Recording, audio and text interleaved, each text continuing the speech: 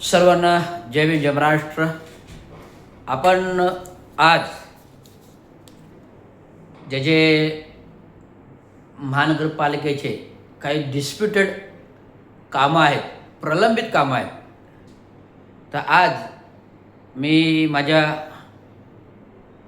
वतीने एक सेवानिवृत्त कार्यकारी अभियंता आहे, पण आता एक जागरूक नागरिक म्हणून, एक सेवानिवृत्त कार्यकारी अभियंता एक जागरूक नागरिक म्हणून काम करताना ज्या ठिकाणी काही त्रुटी आढळल्यात. आता बघा, 2018-19मध्ये मंजूर निविदेअंतर्गतल्या काही निविदांची कामं काही तांत्रिक बाबीमुळे रखडून आहेत, परंतु ते कामं आत्ता पुन्हा नव्याने मंजुरी झालेली आहे निविदेअंतर्गत. तर अशी कामे ज्या ठेकेदारांची बंद पडली ती मंजूर करायच्या मार्गे आहेत. आता मागे ठाणे महानगरपालिकेने गेल्या वर्षभरात गडकरी रंगायतन केलं, 30 कोटी रुपये खर्च केला. जो वर्ग 1 मध्ये गडकरी रंगायतन होता, धोकादायक, तो तोडायच्या ऐवजी तीच इमारत ठेवून तो 30 कोटी रुपये खर्च करून रिपेअर्स केला. स्ट्रक्चरल ऑडिट नाही आहे, पण माहिती अधिकारातून मी माहिती मागितली, असं माझ्याकडे अद्यापपर्यंत माहिती आलेली नाही. नुसतं पत्र आलं, पण जी काही मंजुरी कागदपत्र, मंजूर निविदा, खर्च, तांत्रिक परीक्षण अहवाल, त्याचं एक पत्र आलं, तांत्रिक परीक्षण अहवाल केलेला नाही असं लिखित पत्र आलं. जर तांत्रिक परीक्षण अहवाल जर या गडकरी रंगायतन केलं नाही, तर त्या निविदाचा आपण अंदाज खर्च तयार करू शकत नाही, निविदा खर्च काढू शकत नाही. तो विधानसभेत प्रश्न जितेंद्र आव्हाड साहेबांनी उचलला. तर माझं निवेदन असं आहे की जोपर्यंत तांत्रिक परीक्षण म्हणजे आधीचं केलेलं नाही, जर केलेलं नाही तर तो खर्च ग्राह्य होत नाही. त्यामुळे एकही 5 पैशाचं बिल या गडकरी रंगायतनचं त्या रवी एंटरप्राइजेस एजन्सीला देण्यात येऊ नये असं माझं मत आहे. कारण मी तांत्रिक जो काय तपासणी, स्ट्रक्चरल ऑडिट केलं, त्या स्ट्रक्चरल ऑडिटचं जोपर्यंत अधिकृत अहवाल होत नाही, त्याच्यावरती स्ट्रक्चरल कंपनीज कोणती नेमलेली नाही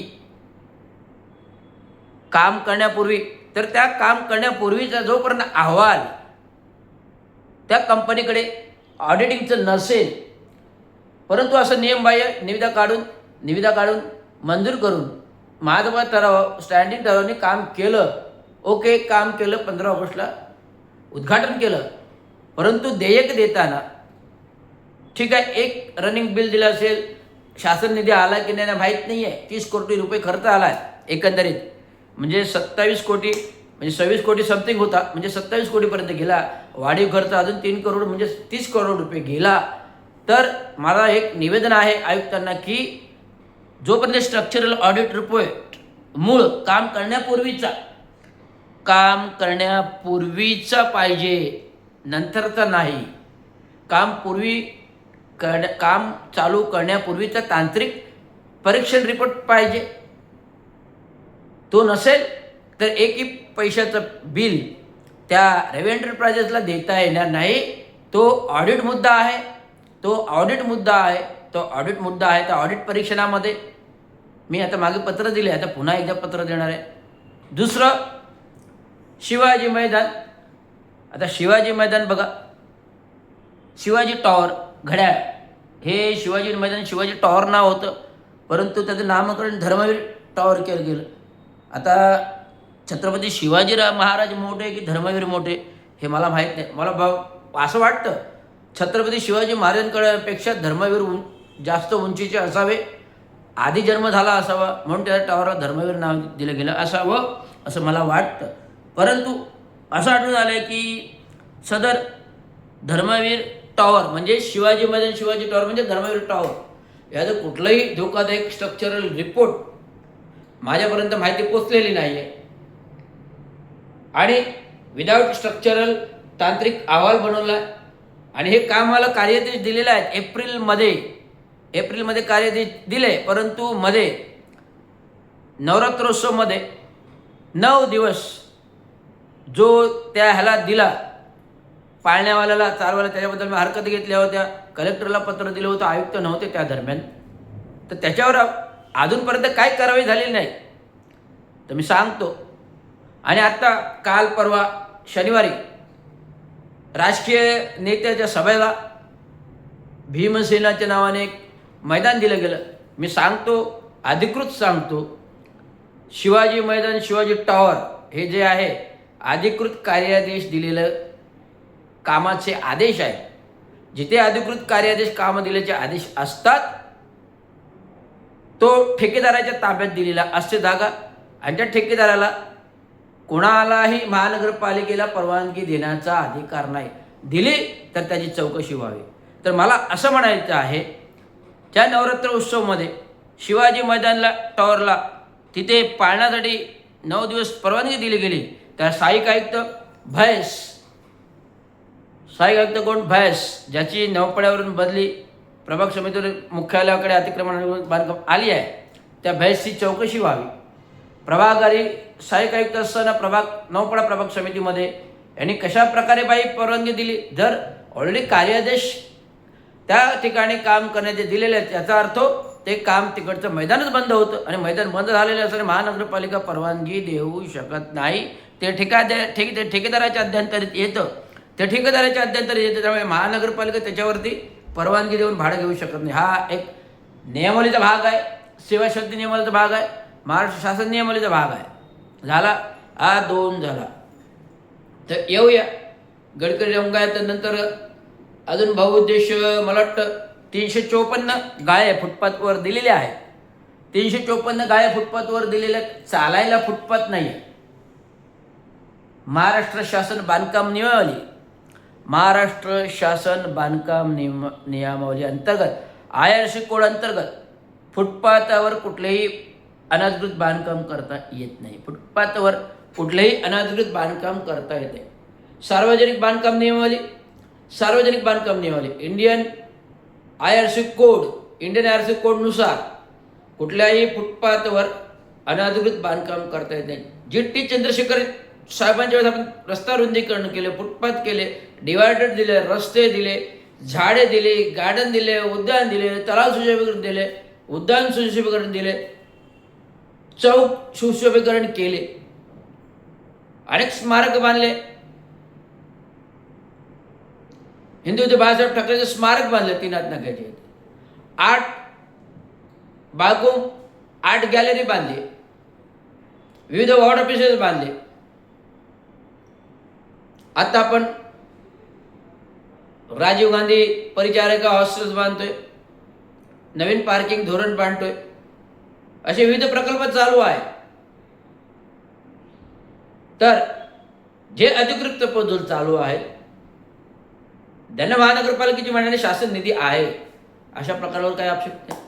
परंतु प्रथमतः महानगरपालिका कार्यालय जे मुख्यालय आहे पाचपकडीमध्ये, हे स्थित कार्यालय असताना आणि शाखेत जवळ रुस्तमजने FSI अंतर्गत जे 21 माळ्याची इमारत बांधलेली आहे महानगरपालिका भवनासाठी, हे महापालिका भवन पाचपकडी येथील आलमेडा जागेवरती आहे. कचराळी तळावाच्या समोर आलमेडा जागा, ते कार्यालय ते शाखेत इथे शिफ्ट करावं आणि इथे नवीन इमारत मध्यवर्ती कार्यालय बांधावे. कारण लोकांना सेंट्रली सोयीस्कर कार्यालय आहे. हायवे रोड क्रॉस करून रेमंड सिंगाल्याकडे कोण जाणार? आणि ज्या जागेवर रेमंड सिंगाल्याच्या 1000 कोटीचं हाफिज कॉन्ट्रॅक्टर या आर्किटेक्ट थ्रू, हाफिज कॉन्ट्रॅक्टर या आर्किटेक्ट थ्रू नियुक्त करून स्ट्रक्चरल इंजिनिअरिंग कंपन्या वेगळ्या आहेत. मग TUMC कंपनी बरं, यांनी काय कन्सल्टन्सी यासाठी म्हणून दिलेलं आहे? 60 कोटी रुपये ॲडव्हान्स फी आहे. 60 कोटी रुपये ॲडव्हान्स फी दिली गेली आहे. 60 कोटी रुपये ॲडव्हान्स फी दिलेली आहे. तर जर हाफिज कॉन्ट्रॅक्टरने तर कार्यालयाचे नकाशे बनवून दिलेले आहेत, त्यातील प्लॅनिंग बनवून दिले आहे, स्ट्रक्चरल इंजिनिअर लायसनिंग इंजिनियर दुसरे आहेत, तर TUMC याची काय कन्सल्टन्सी म्हणून तुम्ही त्यांना अपॉइंटमेंट केलेलं आहे? हे राजकीय वरदस्त आहे. आज ठाणे महानगरपालिका क्षेत्र आमच्या बापाचे आहे. 60-70 वर्षापासून हे अबाधित प्रस्थापित केले आणि कोणीतरी सातारा, सांगली, कोल्हापूरवरून लोक येत आहेत. हे रवींद्र शिंदेला जेव्हा अभियंता म्हणून JEE असताना 90-92 भरती केली, त्यावेळेस जे काही भरती काढली त्या भरतीमध्ये हे सगळेजण सातारा, सांगली, कोल्हापूर, बीड, रत्नागिरी, कोकणामधून लोक इंजिनियर म्हणून लागले. त्यातीलच ते संजय देशमुख पण आहेत, विविध इंजिनियर्स आहेत, आधी काम करतात. त्यात ते जे काम करतात त्या रवींद्र शिंदेची मेहरबानी आहे, रवींद्र शिंदेच्या वडिलांची, चांगू शिंदेची मेहरबानी आहे, ज्यांनी रवींद्र शिंदेला ऑन ड्युटी लागण्यासाठी 90-92च्या दरम्यान ती 50 इंजिनियर्सची भरती काढली. त्यात 35 इंजिनियर सिव्हिलचे घेतले, बाकी मेकॅनिकल विद्युतचे घेतले. अशा प्रकारे 50 अभियंता भरती केले, त्यात रवींद्र शिंदे पण होत. परंतु हेच साताराकडचे इंजिनियर सेवेतून बडतर्फी म्हणजे राजीनामा घेतलाय काही आक्षेपामुळे, आणि आज TUMC कंपनी उभारले. आणि ही TUMC कंपनी सगळे सरकारी क्षेत्राले वसिल्याने राजकीय वरत असताना, मग ते मेट्रो असो, नॅनो रेल असो, की आणखी कुठली 3 डायमेन्शनल असो, किंवा महानगरपालिकेचा आधार कोटीचं प्रपोजल, नवीन विविध प्रकल्प असो, हे केवळ भूखंडाचं 3 डायमेन्शनल सर्वे करणं, ड्रोन सर्वे करणं, ह्या प्रकारच्या गोष्टी त्या करतात, लिगलायटी करतात. बाकी त्यांच्याकडे तांत्रिक परिपक्वता नाही आहे.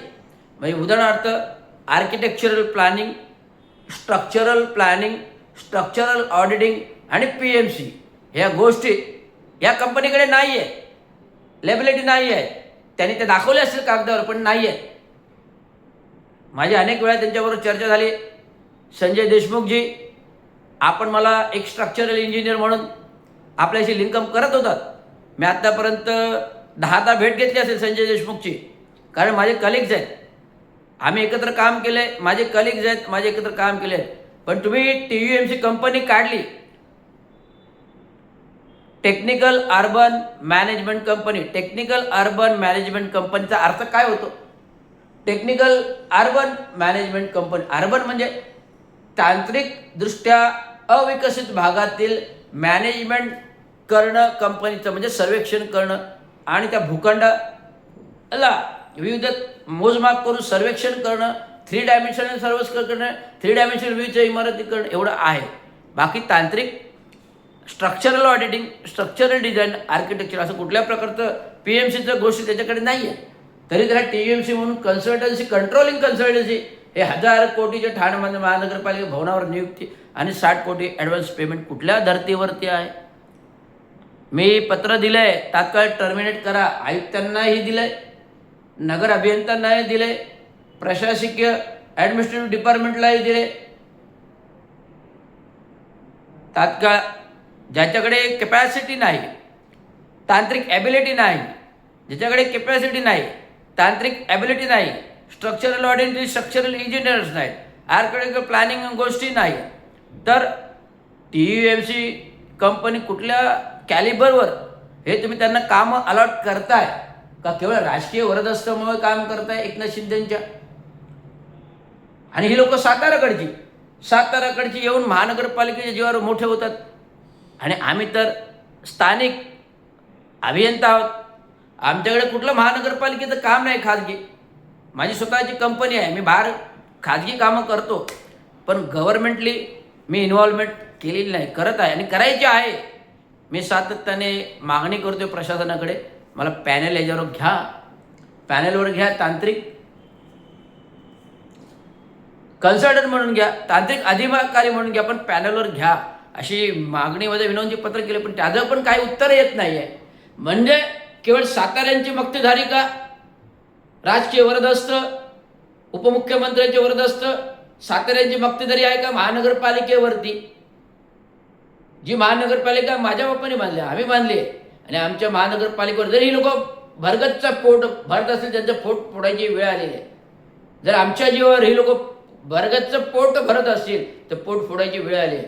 60 कोटी ॲडव्हान्स फंड, अजून कुठेच काही काम नाही आहे. ठाणे महानगरपालिका भवनाचं, नवीन भवनाचं, ठाणे महानगरपालिका जायचं कुठेच काम नाही आहे, तर 60 कोटी ॲडव्हान्स पेमेंट. मला आश्चर्य वाटलं, मला ऐकायला आलं.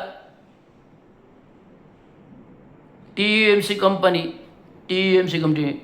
Technical urban management company, technical urban management company ही महानगरपालिकेच्या प्रकल्प काय गुणवत्ता आहे, काय तांत्रिक परीक्षण आहे, काय स्ट्रक्चरल ऑडिटिंगची गुणवत्ता आहे, काय स्ट्रक्चरल ऑडिटिंगचे डिझाईनचे आहे, काय आर्किटेक्चरल आहे, काय बेसिक सर्वेच्या गोष्टी आहेत, काय प्रोजेक्ट मॅनेजमेंट कन्सल्टिंगच्या गोष्टी आहेत, हे टेक्निकल नामांकन त्यांनी तपासावे, द्यावे, अशी माझी आयुक्तांना विनंती आहे.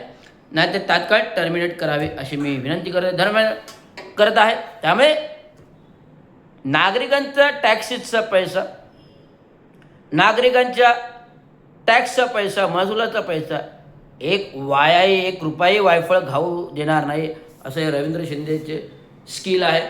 आणि माझी स्वतःची SR ग्रुप नावाची कन्सल्टन्सी फर्म आहे. मला कोणीही गुणवत्ता विचारा, मी तुम्हाला माहिती आहे ना, मला न कोणतं स्ट्रक्चरल ऑडिट रिपोर्ट गडकरीचा बनवून ठेवलेला आहे, पण अधिकृत मी त्यांना दिलेला नाही. अधिकृत देण्यापर्यंत स्ट्रक्चरल ऑडिट ज्यांचा नाही आहे अशा प्रकारचं कुठल्याही प्रकारचं कामाचे पैसे बिल महापालिकेला देणं अधिकृत नाही दिलं तर गुन्हा होईल. आता ठाणे महानगरपालिकेच्या सफाई कर्मचाऱ्यांच्या 2 इमारती 200 कोळ्याच्या 15 वर्ष झाले स्ट्रक्चरल ऑडिट न करता तोडल्या. रिपोर्ट वाचलेला आहे. केवळ खांडपेकर यांच्या एका रिपोर्टवर त्या इमारती धोका ठरल्या. राजन खांडपेकर 3 वेळा नाव का घेतलं आठवण राहावं. उपनगर अभियंता होते. उपनगर अभियंता असताना त्यांनी स्वाक्षरी करून स्ट्रक्चरल धोकादायक ठरवलं. तर अशा प्रकारचं काम चुकीचं असेल आणि सफाई कामगारांना घरं मिळालं असेल तर जी दादोजी कोंडदेव स्टेडियमची जागा आहे सफाई कामगारांची आहे. जी दादोजी कोंडदेवची जागा आहे ती सफाई कामगारांच्या मालकीची आहे. जर आम्ही अजून वाट बघू, येणाऱ्या निवडणूकपूर्व जर सफाई कामगारांच्या घरांचा प्रश्न सोडवला नाही आयुक्ताने तर आंदोलन तर होणार. आंदोलन जारी रहेगा. संविधान के लिए, कामगारांच्या हक्कासाठी लढ्यासाठी, कामगारांच्या हक्कासाठी कामगारांचा लढा चालू राहील. रविराज रवींद्र तांबोशी. धन्यवाद. जय महाराष्ट्र, जय भारत.